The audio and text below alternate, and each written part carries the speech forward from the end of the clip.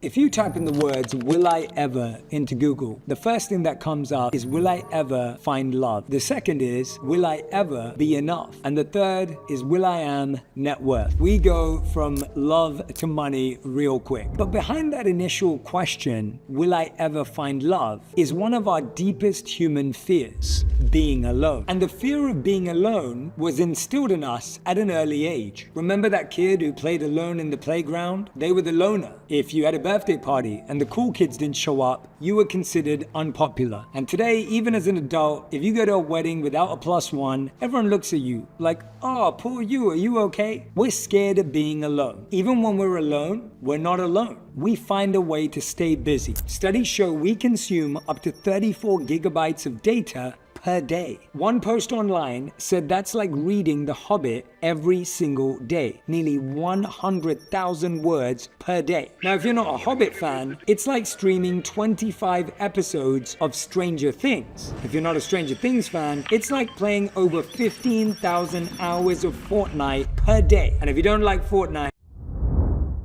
it's like scrolling 94 hours on TikTok every single day. We're not alone even when we're alone. Philosopher Paul Tillich once wrote that in the English language, there are two words for being alone, but we only ever use one of them: loneliness, the sadness of being alone, the pain of being alone, the weakness of being alone. But there's another word that we rarely use: solitude. As he called it, the strength of being alone, the glory of being alone. The difference between loneliness and solitude is the lens through which we see our time alone. Monks and sages and wisdom keepers for thousands of years have talked about the importance of spending time in silence, in stillness, alone.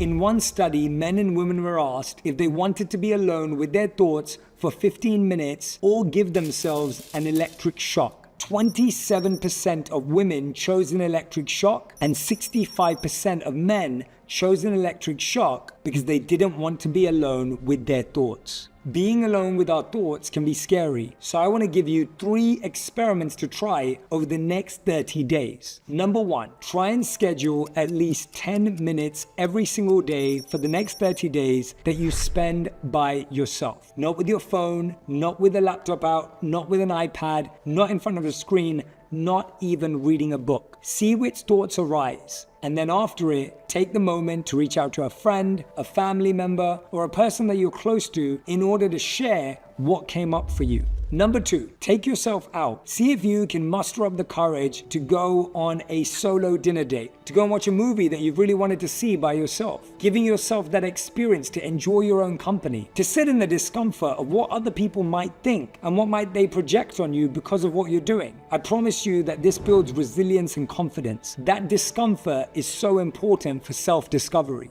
And number 3, sit with this question. What's something that's really important to you that you've been devaluing lately? What's a priority in your life that somehow has been deprioritized? Sit with that question in stillness and silence and see what comes up for you. Whatever comes to the top and rises, make that your focus for the next 7 days. I can't wait to see what you learn from this experiment. Share your answers in the comments below, and I'll see you on the next video.